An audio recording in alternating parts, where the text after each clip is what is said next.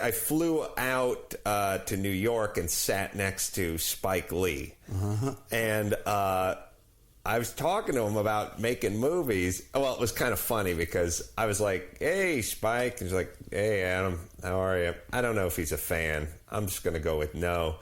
And I was like, so what's your next project? When's your next movie coming out? And he said, we did the 5-year anniversary of Katrina in New Orleans. And I was like, oh, awesome.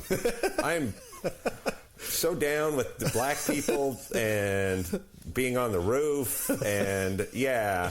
And then I didn't want to overdo it. Like, hey, you know, the whole levees being blown up by the Navy SEALs, not my idea.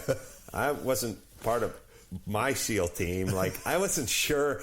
I didn't want to get too into it with him because I knew he'd say something insane and then I'd probably have to answer him. But talked to him for a while. Actually, it was really rocky. We got off to a rocky start because ESPN had just been doing this 30 for 30 series, and the one they just ran was the Reggie Miller. You basketball fans will know what I'm talking about, where Spike Lee was like courtside and he was jawing it up with Reggie Miller, and Reggie Miller drained a couple threes with like 18 seconds left. He actually scored 8 points in 18 seconds.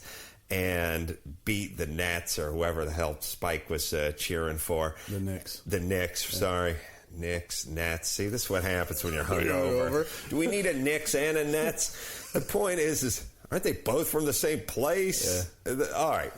Anyway, the last time I saw him was the night before on TV with Reggie Miller making fun of him, and he was disgraced. Like, the whole town turned on Spike Lee, which is, hey, little man, if you hadn't motivated Reggie, it would have turned into Miller time the last 20 seconds of the game, and we would have got out of there with a win instead of you being a, burr in his saddle and motivating Reggie Miller, and all of a sudden he turns into Superman. So the whole town actually kind of like Bartman or whatever his name was for Chicago. That town kind of turned on their own there. So that was the first awkward part of the conversation, which is, hey, Spike, I just saw you making an ass yourself on TV.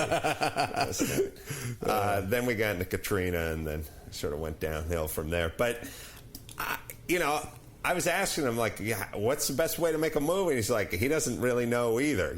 You got to be Spike Lee, right?